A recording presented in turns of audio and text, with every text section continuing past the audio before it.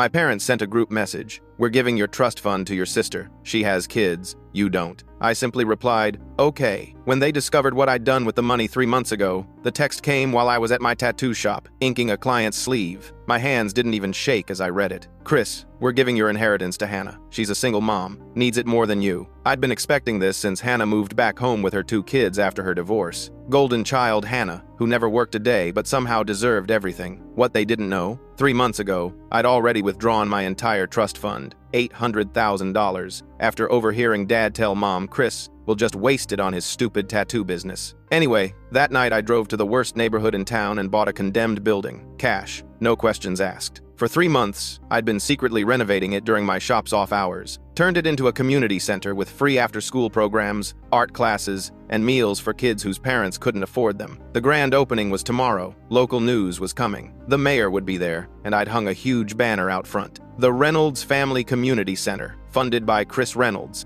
in honor of kids who deserve better. My phone started buzzing. Hannah first. Chris, don't be dramatic about this. I actually need the money. Then Mom, your father and I think you're being selfish. Call us back. I screenshot their messages and posted them on the community center's Facebook page I'd created. Sometimes family disappoints you, but this community won't disappoint these kids. The post went viral overnight. Local businesses started donating. People shared their own stories of family betrayal. By morning, my parents were calling nonstop. I finally answered, Chris, people are calling us horrible parents, Mom cried. Funny how that works, I said, watching kids through my shop window, already gathering for tomorrow's opening. We didn't know about your center, Dad pleaded. You never asked what I did with my money, just assumed I'd waste it. But Hannah really needs help. Hannah needs to get a job. These kids need hope. I hung up and turned back to my client. Where were we? The next day, over 200 people showed up. Kids painting murals, parents crying, news cameras rolling. My parents arrived halfway through, looking mortified as reporters asked about their son's generous donation. Hannah stood behind them, realizing her meal ticket just funded something she couldn't touch. The reporter approached me. Chris, what inspired this incredible gift to the community? I looked directly at the camera, then at my parents. My grandmother always said money reveals character. She left that trust fund to see what we'd do with it. My father's face went pale. What do you mean? I smiled, pulling out my phone. She also left a letter with her lawyer. Should I read it? The crowd gathered closer as I opened the email I'd been saving for this moment. If my grandson Chris uses his inheritance to help others, he gets the real inheritance. The family business property's worth $15 million. If he's selfish, it goes to charity. Hannah's jaw dropped. Business properties? What business properties? The ones Grandma never told you about, I said. The rental empire she built. The properties you thought were just old buildings. My parents looked sick. We thought we were teaching you responsibility by giving the money to Hannah. You were. You taught me that blood doesn't make family. Character does. The lawyer stepped forward with documents. Chris, congratulations. As of today, you own 17 commercial properties across the city. Hannah started crying. This isn't fair. I have kids to feed. I smiled at her tears. You have kids. I have a community. Guess Grandma knew which one mattered more. Hannah wiped her face, mascara running. This isn't over, Chris. Those properties should be mine. I built up this family. Then Dad spoke, and his voice was broken. Hannah, there's something else. Chris isn't the only one who got a letter from your grandmother. Hannah's head whipped toward him. What? I got one too, he said quietly. It said if I ever played favorites between you two, I'd lose everything Grandma left me. My portion goes directly to charity. Mom covered her mouth. How much was your portion? Dad's voice barely whispered. $8 million. Hannah started laughing, a high-pitched, desperate sound. So we all lose everything. Then she reached into her jacket, and I saw Dad's eyes go wide with recognition. She pulled out a stack of letters, old ones with yellowed envelopes and Dad's handwriting on the front. I recognized them immediately because they looked exactly like the ones Grandma used to keep in that wooden box on her desk. Hannah held them up like some kind of trophy, her hands shaking. Remember these, Dad? She said, her voice cracking. Your letters to Grandma before she died? Dad went completely white.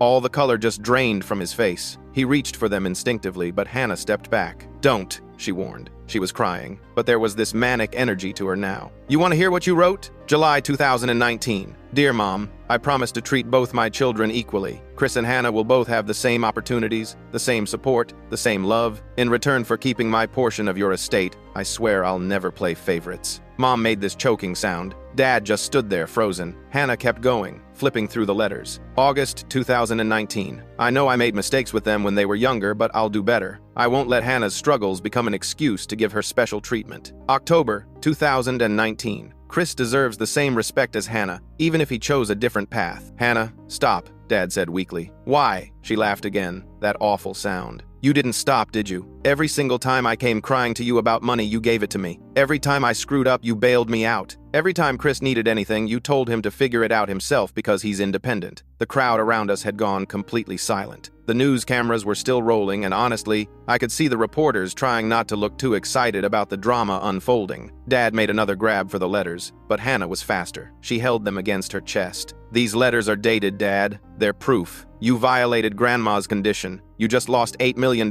because you couldn't help yourself. Mom finally found her voice. You stole those letters from your grandmother's house. No, Hannah shot back. Grandma gave them to me. A week before she died, she told me to keep them safe, that I might need them someday. I thought she was just being paranoid, but apparently she knew exactly what would happen. Mom turned to Dad, her face twisted in fury. You idiot. You absolute idiot. Her voice kept getting louder. Our retirement, our savings, everything we planned. You threw it all away because you couldn't stop babying her. I was trying to help. Help! Mom screamed. People actually jumped. You ruined us. We're going to have to sell the house. We'll have nothing. Dad's eyes were filling with tears. I didn't think. You never think. Mom was full on shouting now, right there in front of everyone. You just do whatever Hannah wants, and the rest of us pay for it. Well, congratulations, you just paid everything we had. Hannah's expression changed then. The manic energy faded, and something calculating took its place. She looked at me, wiping her eyes. Chris, she said, her voice suddenly soft, almost sweet. You could fix this. I just stared at her. I'll give you the letters back, she continued. I'll destroy them. Dad won't lose his money, but you need to give me half the properties. Just half. I'm your sister. My kids need. No. The word came out flat. Final. Hannah's face hardened. Chris, I'm serious. If you don't, I know what you're going to say. I grabbed the property deeds from the lawyer's briefcase. You'll make my life miserable. You'll tell everyone I'm heartless. You'll use your kids as props. Yeah, I get it. Then why? Because you don't deserve it. I looked at her dead in the eye. You've never worked for anything. You've never built anything. You just take and expect everyone else to clean up your mess. Hannah's jaw clenched. Fine. You know what? Fine. But don't come crying to me when your precious community center falls apart. She shoved past me, pushing through the crowd. Mom followed her, still screaming at Dad. 23 years of marriage and you just flushed it all down the toilet for her. Dad stood there alone, looking like he'd aged 10 years in 10 minutes. The volunteers were awkwardly trying to get the kids back to activities, pretending they hadn't just witnessed a total family meltdown. The reporter approached me again, microphone ready. Chris, do you have any comment on what just happened? I thought about it for a second. Sometimes the trash takes itself out. The next week was, honestly, pretty rough. Hannah started calling me at like 2 a.m., 3 a.m., whenever. The first few nights I answered because I thought maybe something was actually wrong. Nope. She'd just launch into these rants about how the community center was going to fail, how everyone would see what a terrible person I was, how her kids were going to suffer because of my selfishness. You think you're so much better than me, she slurred during one call. I could hear she'd been drinking. But you're just the same. You're using those kids for attention. Hannah, it's 3 a.m. So? I can't sleep knowing my own brother stabbed me in the back. I hung up, blocked her number. She called from different phones after that. Then things got weirder. I came home from the shop one Tuesday, around 6 p.m. My apartment door was open, not like kicked in or anything, just ajar, like someone had a key and didn't bother closing it all the way. I pushed it open carefully, half expecting to find the place ransacked. But nothing was stolen. My laptop was still on the coffee table. TV was fine, wallet right where I'd left it. But my personal documents were everywhere. Bank statements scattered on the kitchen counter. Property deeds I'd brought home to review were spread across the living room floor. My birth certificate was on the couch. Someone had gone through everything and just left it all out, like they wanted me to know they'd been there. I called the cops, but there was no forced entry, nothing taken. They filed a report and said to get better locks. I spent the next 3 hours cleaning up and reorganizing everything, checking to make sure nothing was actually missing. That night I barely slept, jumping at every sound. The next day I had all my locks changed. Cost me $400, but whatever. Hannah didn't stop there, though. She started showing up at the shop. The first time, I was in the middle of tattooing this guy's forearm. Really detailed geometric piece. She just walked in and sat down in the waiting area. My receptionist, Kelly, asked if she had an appointment. No, Hannah said loudly. I'm just here to watch my brother work. That okay? Or is family not allowed? Kelly looked at me. I was trying to focus on this straight line, and my hand actually wobbled when Hannah spoke. The client noticed. You good, man? He asked. Yeah, sorry. I steadied my hand, finished the line. Give me 1 second. I went to the front. Hannah, you need to leave. Why? I'm not doing anything wrong. She smiled, but it didn't reach her eyes. I'm just sitting here. Public business, right? You're making my clients uncomfortable.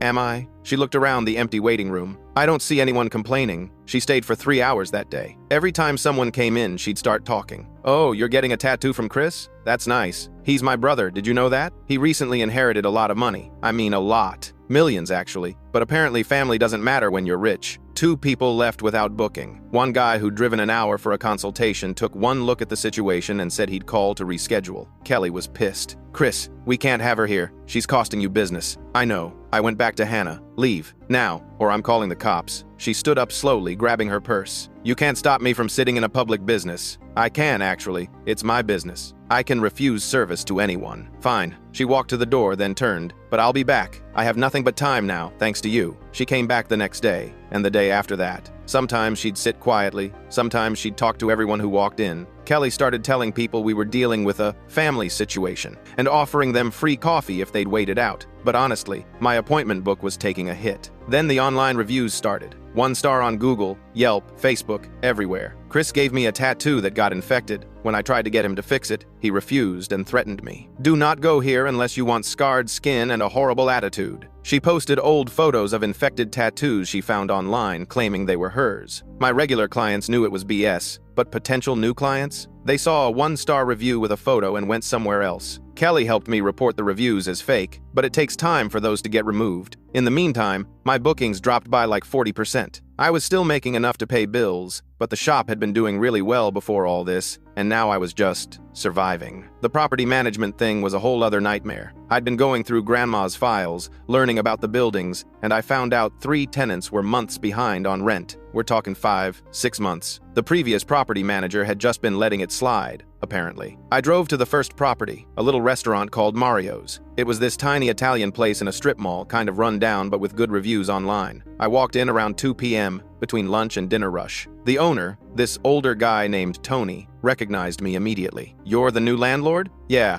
Chris Reynolds. He wiped his hands on his apron, looking nervous. Look, I know I'm behind. I'm working on it, I swear. How far behind? 6 months. He slumped against the counter. My daughter, she got diagnosed with leukemia last year. The medical bills, even with insurance, they destroyed us. I've been trying to keep the restaurant going, keep her on our insurance, but the rent I couldn't do both. I looked around the place. It was clean, well-maintained. You could tell he cared about it. I'm not trying to make excuses, Arthur Nowold, Tony continued. I know I signed a lease. I know I owe you money, but I need more time. Please, if I lose this place, I lose my daughter's insurance. How's your daughter doing now? His eyes got wet. She's in remission. 3 months clean, but we can't risk her losing coverage. I thought about the community center, about what I was trying to build there, about helping people who needed it. Okay, I said. Here's what we're going to do. Tony looked up, hopeful. The community center does events, fundraisers, volunteer appreciation dinners, stuff like that. You cater those events for me, cost of ingredients only, and we'll call it even on the back rent. You keep the restaurant, keep your daughter insured, and I get good food for people who deserve it. Tony actually started crying. You're serious? Yeah,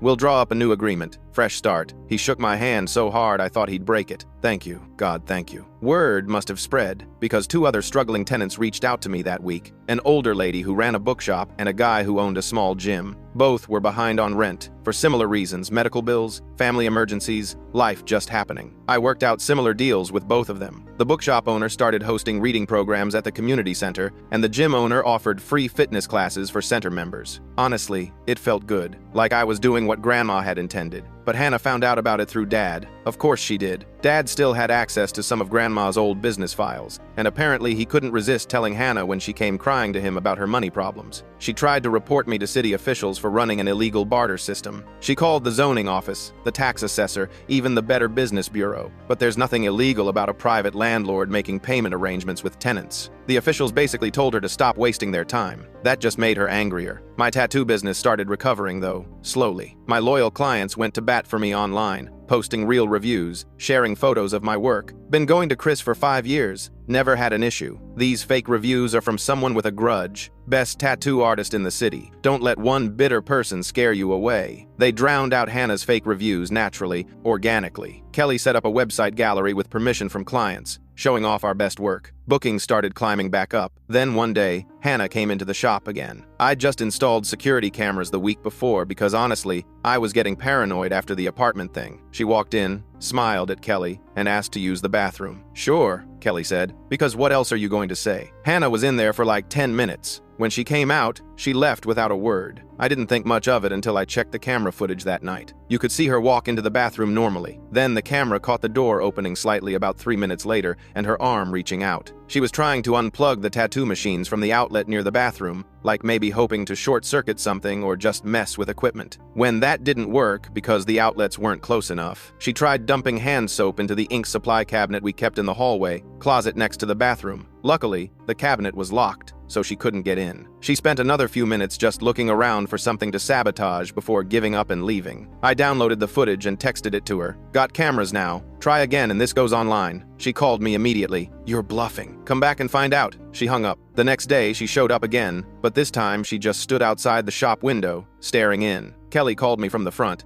Chris? Your sister is being really creepy. I walked out front. Hannah saw me and came inside. We need to talk, she said. No, we don't. Chris, please. Her voice cracked. She looked terrible, hair messy, bags under her eyes, clothes wrinkled. I have no job, no money. My ex stopped sending child support. Mom and Dad can't help me anymore. I'm screwed. Kelly looked at me. A couple clients in the waiting area were watching. That's not my problem, I said. I'm your sister. You broke into my apartment. You're trying to destroy my business. You've harassed my tenants. Why would I help you? Because. She seemed to be searching for something. Because family should help each other. You keep saying family like it's supposed to mean something, but you only bring it up when you want something. That's not true. Really? When's the last time you asked how I was doing? When's the last time you congratulated me on the shop's success? On the community center? She didn't have an answer. You know what kills me? I continued. You haven't mentioned your kids once this entire time. Not once. It's all about what you need, what you deserve, how you're suffering. But your kids? Nothing. Don't you dare. No, I'm serious. Every time you try to guilt me, you say, I have kids to feed or I'm a single mom, but you never actually talk about them. They're just props to you. Tools to manipulate people. Her face went red. My kids are everything to me. Then get a job and take care of them yourself instead of expecting everyone else to do it for you. I could see her jaw working, like she was trying really hard not to explode. Finally, she said, Fine. You want me to work? Give me a job at the community center. Minimum wage? I don't care. Just give me something. I actually considered it for half a second.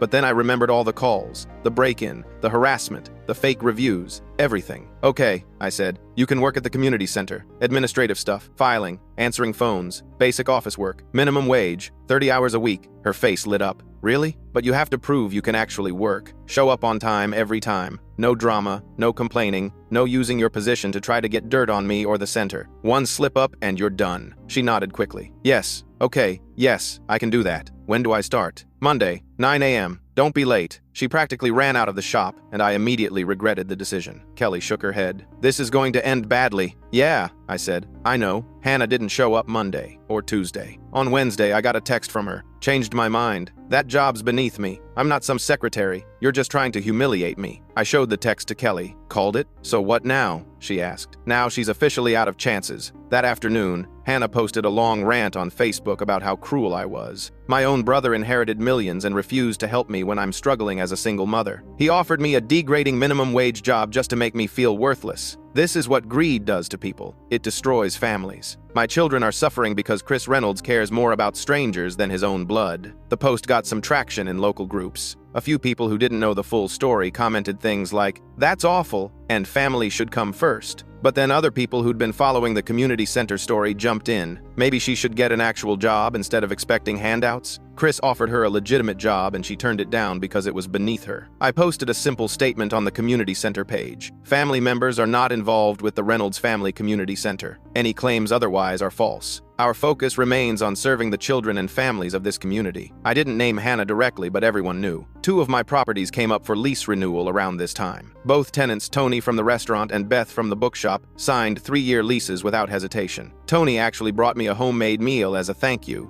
and Beth's husband helped me fix a leaky faucet in one of the other rental units. It was wild how different things were when you actually treated people with respect and worked with them instead of just squeezing them for every dollar. My income stabilized. The properties were pulling in good money even with the work exchange deals, and the shop was back to full bookings. Then Mom called me. Her voice was shaking. Chris, we're going to lose the house. Okay, that's all you have to say? Mom, Dad knew the conditions. He violated them. That's not my fault. But we're your parents. And you chose Hannah over me for my entire life. You don't get to cry about consequences now. Chris, please. I could hear someone coaching her in the background, whispering. Then Mom's voice got more theatrical, more crying. Your father and I are going to be homeless. Is that what you want? Is Hannah there with you right now? Silence. Then, no. You're a bad liar, Mom. I hung up. Later that day, Dad showed up at the shop. No warning, just walked in looking like death. His clothes were wrinkled, his eyes were bloodshot, and he'd clearly lost weight. Chris, he said, can we talk? I was between clients. Make it quick. He sat down in the waiting area, hands clasped between his knees. I messed up. I know that now. I enabled Hannah for years, and I destroyed our family because of it.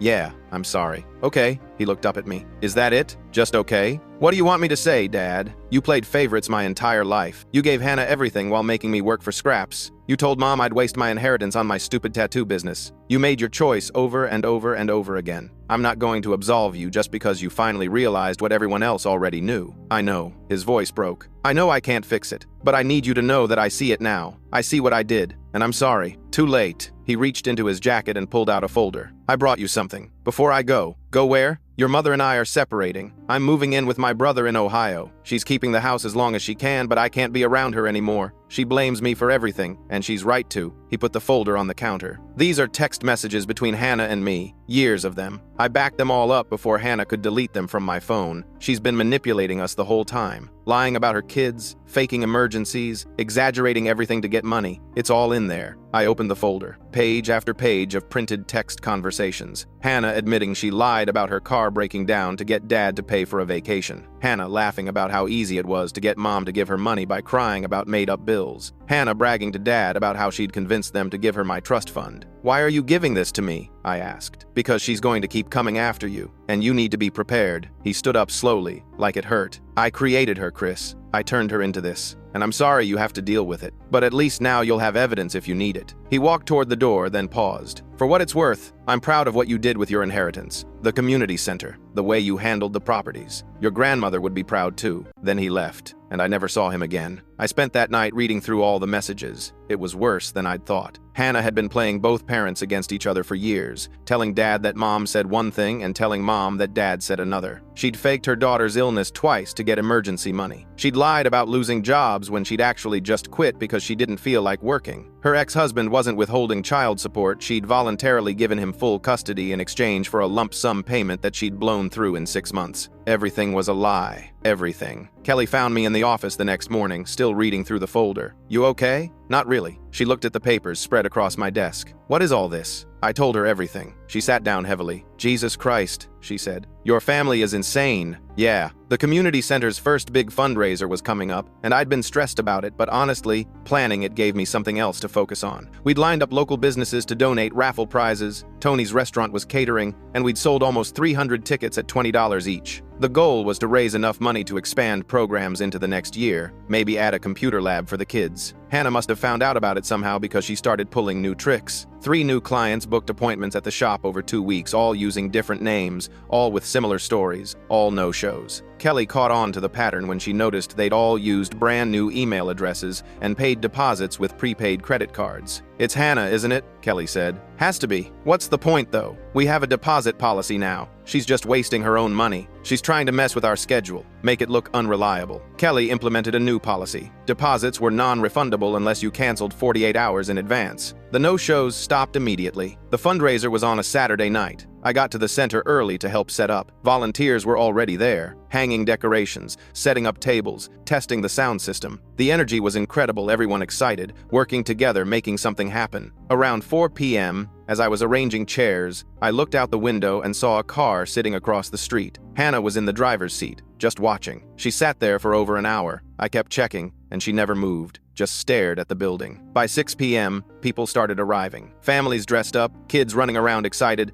donors chatting with volunteers. The local news showed up again. The mayor gave a speech about community investment. Tony's food was amazing. People kept going back for seconds and thirds. We raised $8,000 that night, enough to fund the computer lab and expand our after-school tutoring program. Around 8 p.m., I stepped outside for some air. Hannah's car was still there. I walked over and knocked on her window. She rolled it down. Her Her face was blank. "What are you doing?" I asked. She didn't answer right away, just looked past me at the center, at all the happy people inside, at the banner with our family name on it. "I don't understand," she finally said. Her voice was so quiet I almost didn't hear her. "How did you do this?" "Do what?" "All of it. The business, the properties, the center. How did you just build all of this?" "I worked. That's it, I worked. I worked too." "No, Hannah. You showed up places. You collected paychecks until you got bored or someone asked you to actually do something difficult. That's not working. That's just existing." She was quiet for a long moment. Then, "I saw him, you know. My ex. He has the kids now." "I know." Her head snapped toward me. "What?" "Someone sent me a photo. The kids playing with their dad. You lied about being a struggling single mother. They don't even live with you." Her face crumpled. "They're better off with him. Probably. You're such an asshole." "Maybe, but at least I'm honest about it." I walked back inside. When I checked an hour later, her car was gone. The next week was quiet. No calls, no visits, no fake reviews. It was almost suspicious.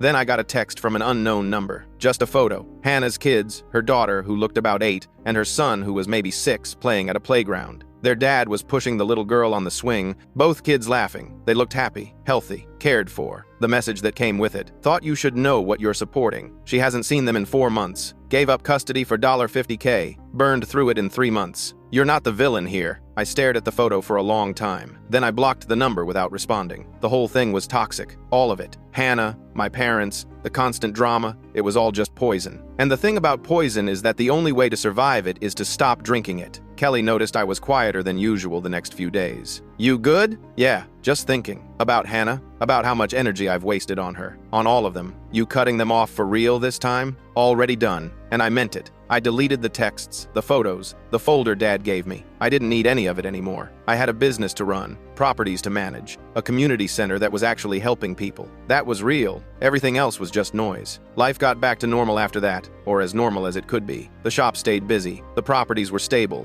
The community center kept growing. I didn't hear from Hannah again for 3 months. Then one afternoon, I was at the center helping kids with an art project when my phone rang. Unknown number. I almost didn't answer, but something made me pick up. "Chris?" It was Mom. She sounded old, tired. "Yeah, it's Hannah," her voice caught. "She's in the hospital. Overdose. Pills and alcohol. She's alive. But what? The kids. Her ex called them. CPS took them away from his place too." "Why?" "He failed a drug test. Marijuana. Nothing serious, but with Hannah's history, they don't think either parent is stable." I closed my eyes. "And you're calling me, why?" "They need somewhere to go. Family placement. If no one steps up, they go to foster care." "Mom, I know you don't owe her anything. But those kids, Chris, they're innocent in all this. They didn't ask for any of this." I looked around the center. Kids everywhere. Laughing and creating and learning. All of them here. Because someone decided they deserved a chance. "I'll think about it," I said, and hung up before she could say anything else.